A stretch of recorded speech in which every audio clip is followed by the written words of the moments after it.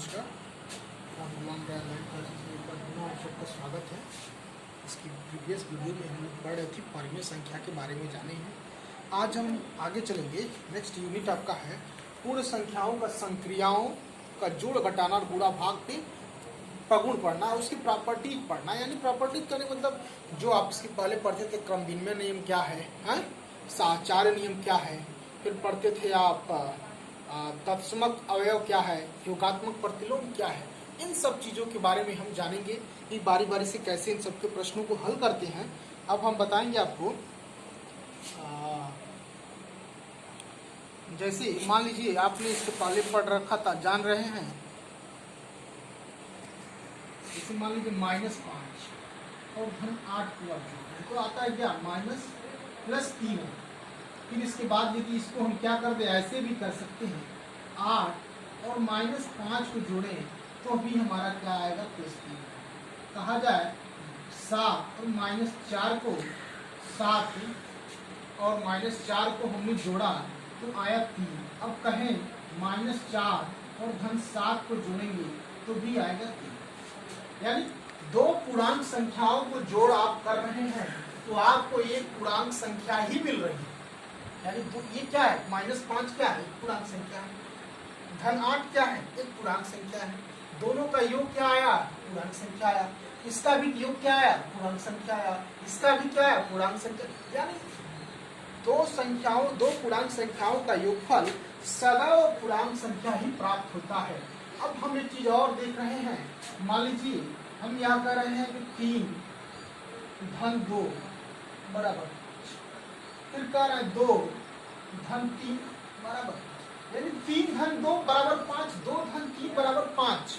हम कह रहे हैं 4 धन 2 बराबर 6, 2 धन 4 बराबर भी 6। यानी हमारा ये क्रम जो बदल रहा है, 3 धन 2 5, 2 धन 3 5, फिर इसी को हम कह रहे हैं 4 धन 2 बराबर 6, फिर कह रहे हैं 2 धन 4। यानी क्रम हमारा बदल रहा है तो वैल्यू में बदलने में कोई परिवर्तन नहीं आ रहा है, जो वैल्यू है वही आ रहा है। फिर आप इधर देख लीजिए, सब्ट्रैक्शन की दिशा में देख लीजिए, -3 को धन 2 जोड़ रहे हैं तो -1 आ रहा है, और धन 2 और -3 को जोड़ रहे हैं तो भी -1 आ रहा है। यानी सब मिला जुला हमने यह भी देखा कि ये दोनों के क्रम बदलने पर हमारा जो आंसर है, हमारा जो उत्तर है वो बदल नहीं पा रहा है। इसी प्रॉपर्टीज को, योग के इसी प्रॉपर्टीज को ही हम कहते हैं क्रम विनिमय लॉ कहते हैं। इसे क्रम विनिमय का नियम कहते हैं। इसमें क्रम भी चेंज हो जाता है तो हमारे मान में कोई परिवर्तन नहीं होता। इसलिए हम 5 धन 4 को 4 धन 5 लिख देते हैं। आई बात समझ में? यानी 5 धन 4 को 4 धन 5 कहते हैं। यानी योग के प्रॉपर्टीज में, योग के सापेक्ष योग हमारा क्या करता है, क्रम विनिमय नियम का पालन करता है। क्रम विनिमय नियम क्या होता है, 3 धन 2 बराबर 5 तो 2 धन 3 बराबर 5। यही हमारा क्रम विनिमय नियम होता है। आई बात समझ में? इसके बाद से आपका यही जो आपको हम क्रम विनिमय नियम बताया, ये क्या होता है, क्रम विनिमय। ये चीज आपका हम ले रहे हैं जोड़ के सापेक्ष में, जोड़ के सापेक्ष की चर्चा किया। अब देखते हैं फिर इसके बाद आगे हम साचार्य नियम का मतलब आता है। अभी हम आपको एग्जाम्पल की सहायता से साचार्य नियम की उत्पत्ति करते हैं। देखिए कैसे क्या होता है।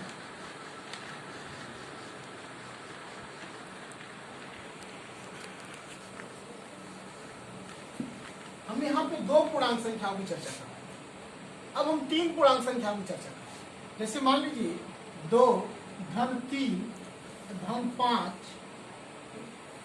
2 धन 3 धन 5 बराबर 2 धन 3 धन 5।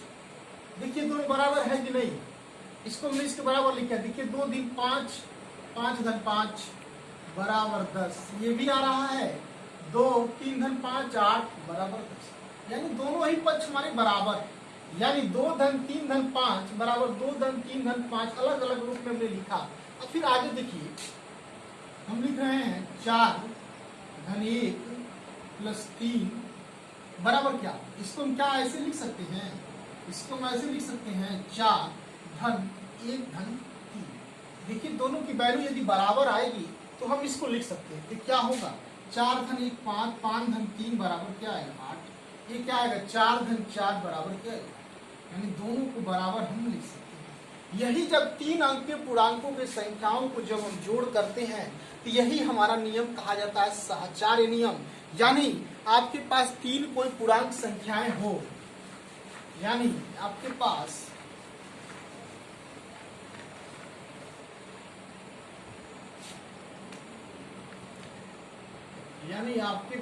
योग का साहचर्य इस उसमें 3। अब देखिए, अब यहां मान लीजिए कोई 3 पूर्णांक संख्या लिखिए A B C R integer, ठीक है। तो ये होता है A धन B धन C बराबर A plus B plus C, यही होता है आपका साहचर्य नियम। क्या होता है साहचर्य नियम, A B धन C, तो एक कोष्टक में हमारा अलग हो जाएगा, ये B धन C को जो पालन करता है यही कहा जाता है योग का साहचर्य नियम। कोई भी पूर्णांक संख्या इसके पहले चर्चा कर रहे थे वह इसी आधार पर परिवर्तन हो रहा था, उसी को हमने लिख दिया कि 3 पूर्णांक संख्याओं का योग क्या होता है साहचर्य नियम का पालन करता है, यानी 3 का भी 4 का भी आप जैसे करते रहिए योग में करें, ठीक है। अब इसके बाद चाहिए आइडेंटिटी एलिमेंट तत्समक अवयव देखिए, तत्समक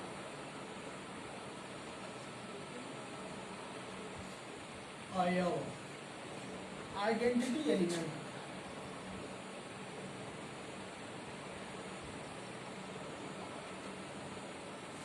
क्योंकि हम योग के बारे में चर्चा कर रहे थे, योग का तत्समक अवयव, योग का तत्समक चर्चा कर रहे थे, यानी कोई भी पूर्णांक संख्या हो इसमें क्या जोड़ दिया जाए कि इसका मान सेम वही आए, कहा जाता है तत्समक। योग के तत्समक अवयव में योग की बात हम कर रहे हैं, यानी कोई भी पूर्णांक संख्या हो उसमें क्या जोड़ दिया जाए कि उसका मान में कोई परिवर्तन न आए, उसी मान को हम कहते हैं योग का तत्समक अवयव कहते हैं। अब यहाँ से a धन x बराबर a ही आना चाहिए, तो यहाँ से हम x की मान निकाल सकते हैं a माइनस a, यानी योग का तत्समक अवयव 0 होता है हमेशा।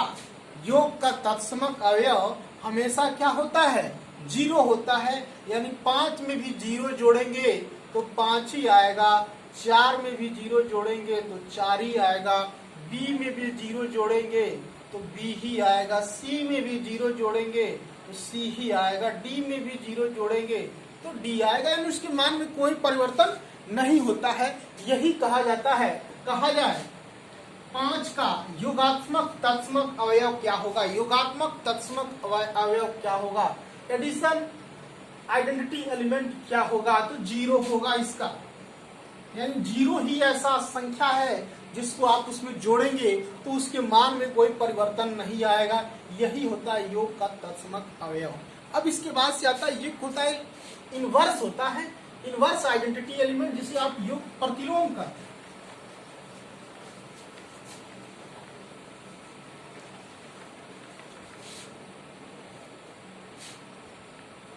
प्रतिलोम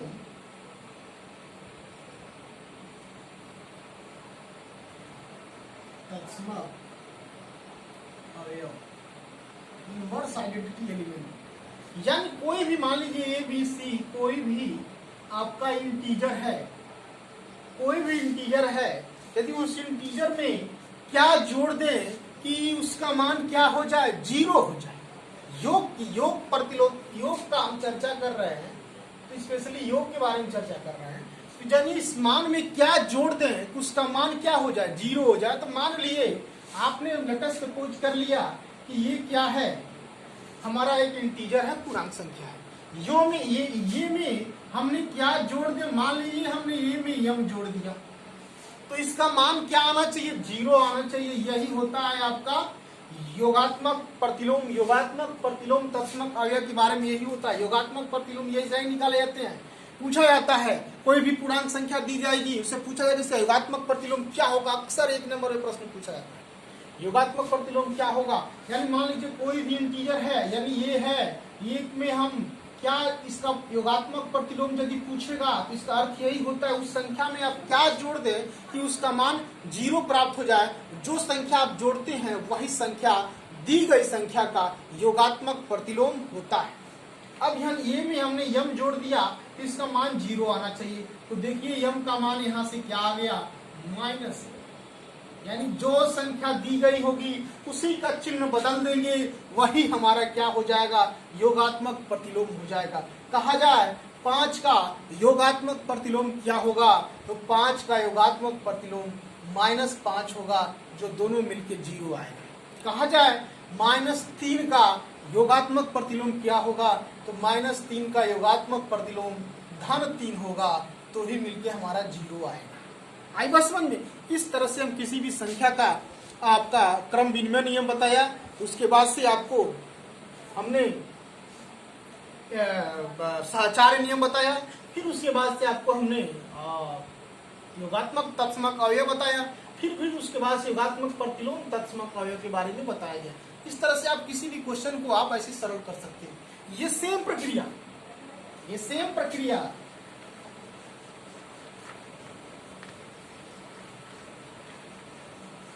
सेम प्रक्रिया गुणन के भी संक्रिया में होती है। ये सेम प्रक्रिया गुणन संक्रिया में भी होती है। यहाँ कैसे होता है, जैसे मान लीजिए 2 इंटीजर आपके सामने ए और बी हैं। मान लीजिए ये होता है, देखिए जैसे यहाँ देखिए 3 गुणे 5 बराबर 15, 3 गुणे 5 बराबर 15, 5 गुणे 3 भी 15। आई बस समझ। अब देखिए 4 गुणे 5 बराबर 20, 5 गुणे 4 बराबर 20। अब देखिए 8 गुणे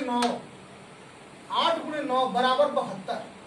फिर उसके बाद से 8 गुणे 9 बराबर 72। फिर उसके बाद से देखिए 9 गुणे 8 भी आपका 72 होता है, 9 गुणे 8 भी आपका 72 होता है।